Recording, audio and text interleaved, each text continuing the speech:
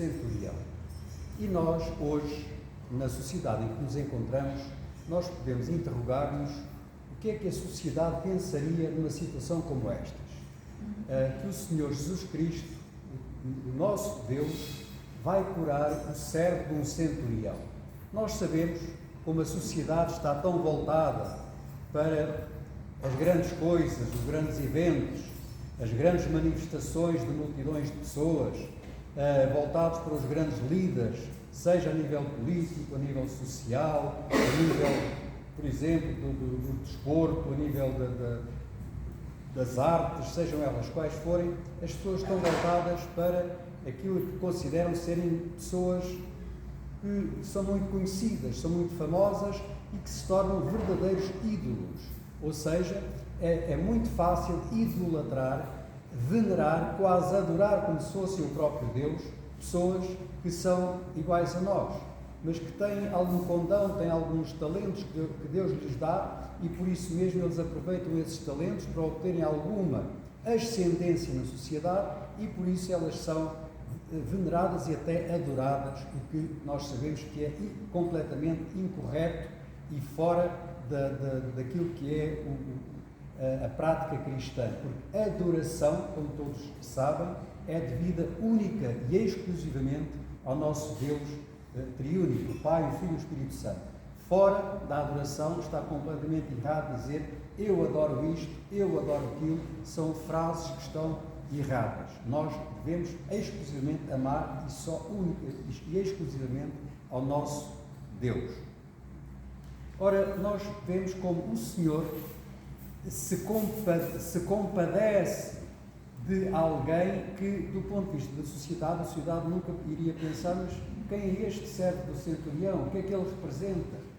E a sociedade não está preparada, como dizia há pouco, para isto, para se voltar para aqueles que para Deus são preciosos, para Deus são muito valiosos, que são aquilo que o Senhor Jesus denomina os mais pequeninos entre vós. E esses o Senhor valoriza de uma forma muito grande, porque eles são aqueles que a sociedade rejeita. A sociedade não quer saber deles. Quem é aqueles, o que é que eles representam? Não representam nada do ponto de vista da sociedade, mas diante de Deus eles são muito importantes. E por isso mesmo é bom nós também não perdermos isto de vista, não nos deixarmos também seduzir por este tipo de mentalidades, de pensamentos, de forma como a sociedade olha para as pessoas, olha para as coisas nelas próprias e por aquilo que são e que podemos designar apenas como vaidades deste mundo e, pelo contrário, olharmos do ponto de vista da humildade aqueles que, se calhar, são mesmo os maiores diante de Deus. Porque aqueles que são humildes, que são os mais pequenos, que são ignorados, muitas vezes até perseguidos e espezinhados pela sociedade, esses, de facto, merecem a nossa consideração enquanto cristãos. Porque eles acabam, muitas vezes, por ter que lutar em condições completamente agrestes, completamente difíceis neste mundo, porque não têm posses para sobreviver, então vivem numa pobreza extrema, muitos deles, ou porque têm doenças e não têm meios para ir aos hospitais, às clínicas e receberem os medicamentos, os tratamentos que são necessários, não têm condições para isso e estão entregues, como se costuma dizer, à sua sorte. Estão entregues a si próprios e sem possibilidade de fazer mais nada do que apenas lutar pela sobrevivência, muito pouco mais do que isso. Então, é muito importante para nós olharmos com o olhar de Deus para aqueles que são os pequenos deste mundo, aqueles que a sociedade nunca olharia duas vezes, passa, nem sequer olha para eles e nunca olharia duas vezes para essas pessoas. Esses são, de facto, aqueles que são preciosos ao olhar de Deus. E nós, amados irmãos, devemos ter isto em conta para não nos deixarmos levar por esta onda que a sociedade nos procura empurrar esta vaga e, pelo contrário, vermos aquilo que de facto é importante para Deus, porque aquilo que é importante para Deus deverá ser também importante para nós. É este o exemplo que o Senhor fala, este exemplo de humildade também demonstrado por aquele centurião que era um oficial romano, um oficial que do ponto de vista dos judeus eram usurpadores, eram o império que estava ali a usurpar aquilo que não era dele, segundo aquilo que os judeus entendiam e segundo aquilo que os povos ocupados também assim pensam, porque quando se constrói um império como o Império Romano, que ocupava todo o espaço à volta do Mediterrâneo, é evidente que os povos que lá viviam ficam subjugados a esse Império Romano e querem obter a sua liberdade e recuperar a sua independência, a sua identidade enquanto povo, enquanto nação. Então é natural que isso aconteça. Então nós vemos como um oficial romano que acaba por ser reconhecido até pelas próprias autoridades judaicas, ao contrário daquela imagem que nós temos daqueles oficiais frios, duros, militares, com aquela disciplina, com aquela maneira de ser completa, às vezes quase desumana, e pelo contrário nós vemos que este oficial era o contrário disso tudo. Era alguém que, segundo até noutras passagens que nós vemos no Santo Evangelho, os próprios judeus, segundo a descrição de outro evangelista, dizem, vão ter com o Senhor, os próprios anciãos do povo, vão ter com o Senhor Jesus Cristo, dizendo, Senhor, faz este milagre, porque Ele tem sido muito bom para conosco e até foi Ele que nos edificou a sinagoga.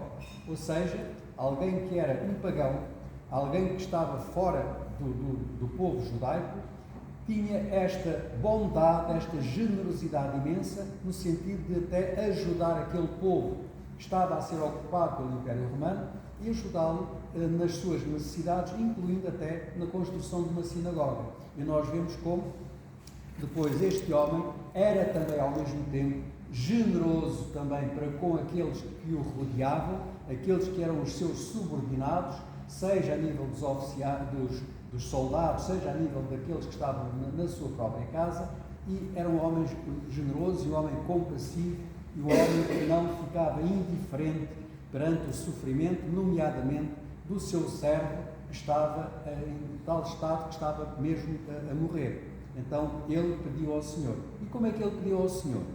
Ele não foi lá, Senhor, vem depressa, como muitos faziam, e nós encontramos isso, vem depressa à minha casa porque o meu servo está a morrer. Mesmo nessa situação, ele não faz isto.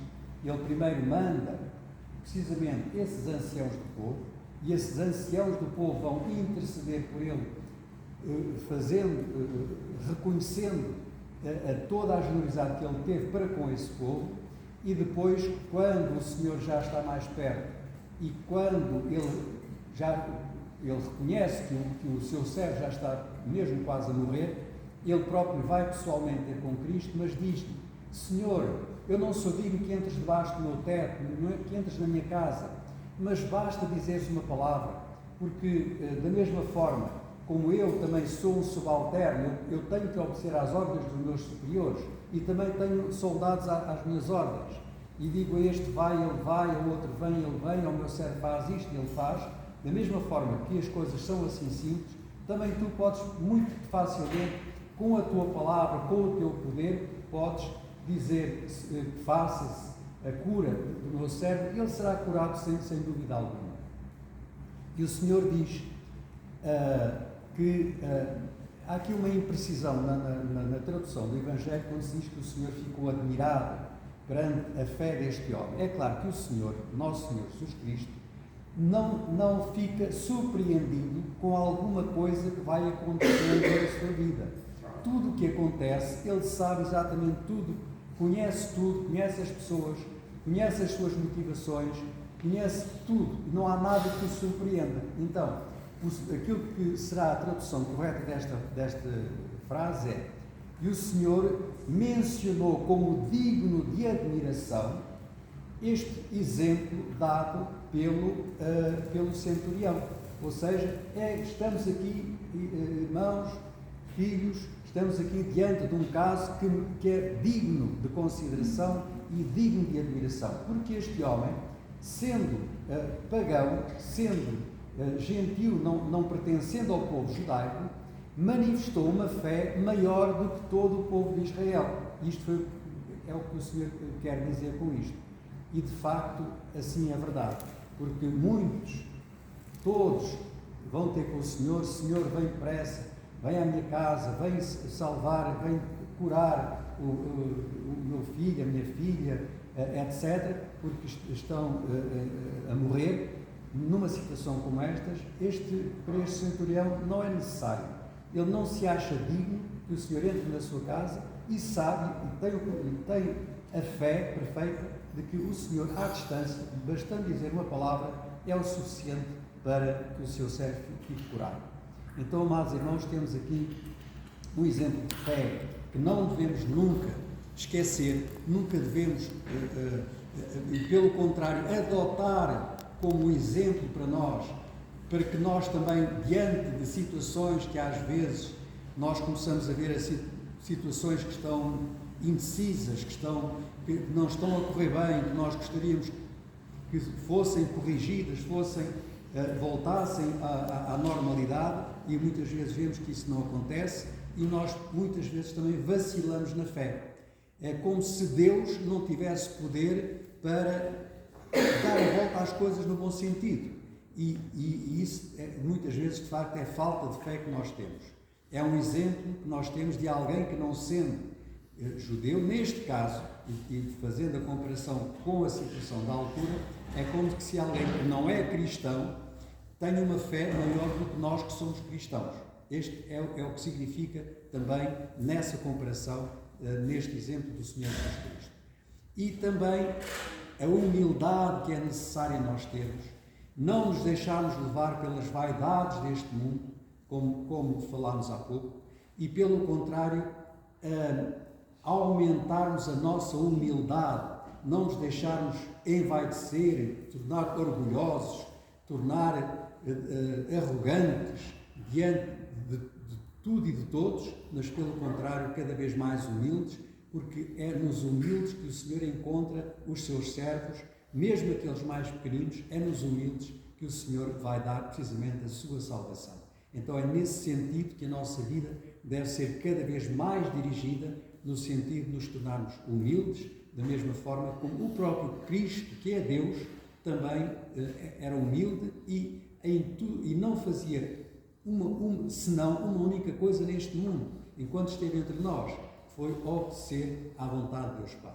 E para nós podermos ser obedientes a Deus e seguirmos no caminho de Deus, é necessário de facto nós sermos humildes, porque se não formos humildes, nós começamos a contestar aquilo que entendemos como os mandamentos de Deus.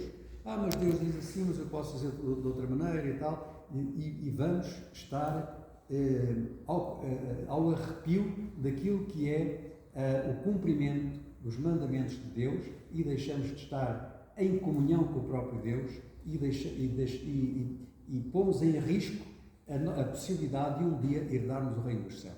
Isto de facto é importante e é algo que nós devemos estar atentos no dia a dia para que se torne algo que nós conquistamos com a ajuda e com a graça de Deus, para podermos um dia partilhar com Ele o reino dos céus, com o Pai, o Filho e o Espírito Santo, pelos séculos dos séculos. Amém. Uma santa semana para todos. Deus os abençoe, os proteja e os guarde. Amém. Vamos ter ainda